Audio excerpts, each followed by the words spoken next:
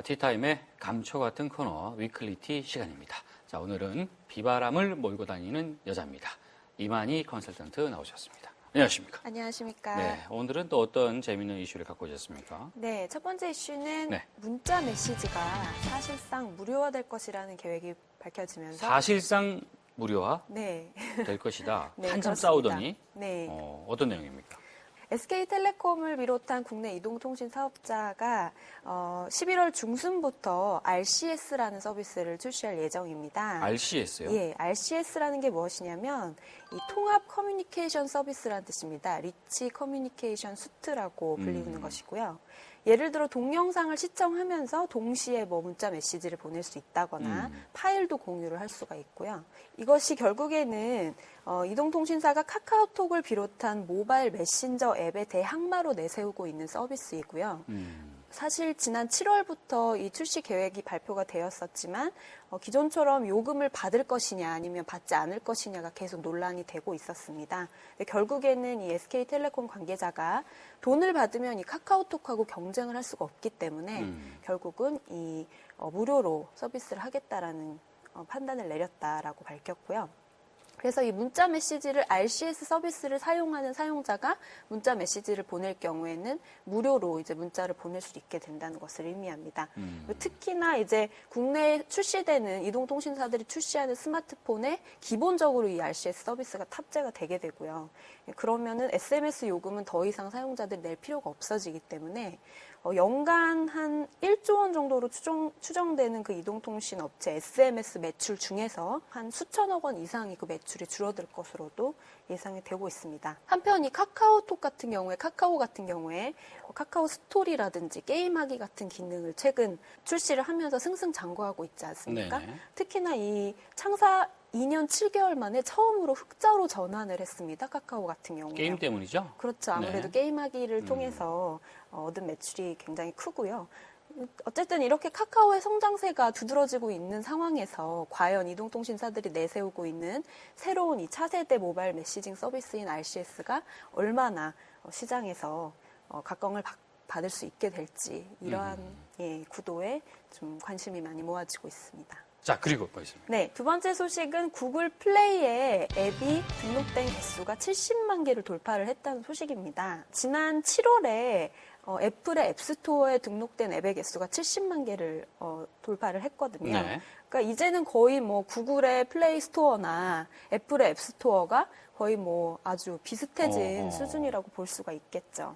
최근 2년간 거의 구글 플레이의 약진이 굉장히 빠르게 이루어졌다고 보시면 되겠습니다. 이유가 뭡니까?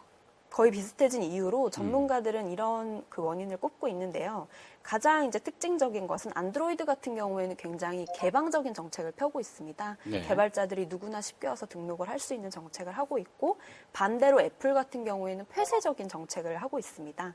특히 앱을 등록하는데 심사를 하는 데 있어서 굉장히 불투명한 그런 원칙을 내세우면서 자의적으로 그러니까 앱을 등록하지 못하게 이렇게 자른다는 거죠. 그런 식으로 이제 앱스토어의 생태계 활성화를 저해하고 있다는 그 평가를 받고 있고요.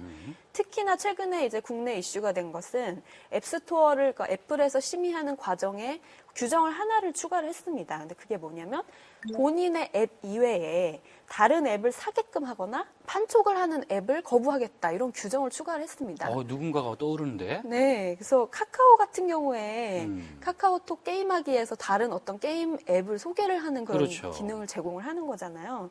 그래서 카카오 같은 앱이 더 이상 애플에서 서비스가 될 수 없는 것이냐 이런 논란이 되었고 많은 우려가 생기기도 했지만 아직까지 이런 규정만 추가를 해놓고 실제적으로 제거를 했다거나 그런 사례는 나타나지 않고 있어서 이 부분은 사실 애플이 어떤 식으로 이 정책을 유지를 해나갈 것인지에 조금 관심이 좀 모아지고 있는 상황이고요. 어쨌든 그 국내 스마트폰 이용자가 지금 10명 중에 거의 9명은 안드로이드 단말을 사용하고 있기 때문에 그래요? 네, 그렇습니다. 그래서 당분간 이런 구글 플레이가 선호되는 현상은 더욱더 강화될 것이라고 볼 수가 있겠습니다. 재밌군요. 알겠습니다. 또 뭐가 있습니까? 다음 소식은 윈도우 8이 지난 10월 26일에 출시가 되었는데요. 출시된 지 3일 만에 업데이트가 400만 건이나 되었다는 소식이 알려졌습니다. 오호. 네, 마이크로소프트의 CEO인 스티브 발머가 직접 이런 내용을 밝혔는데요. 윈도우 8이 출시된 지 3일 만에 400만 건의 업그레이드를 달성한 것으로 알려졌습니다.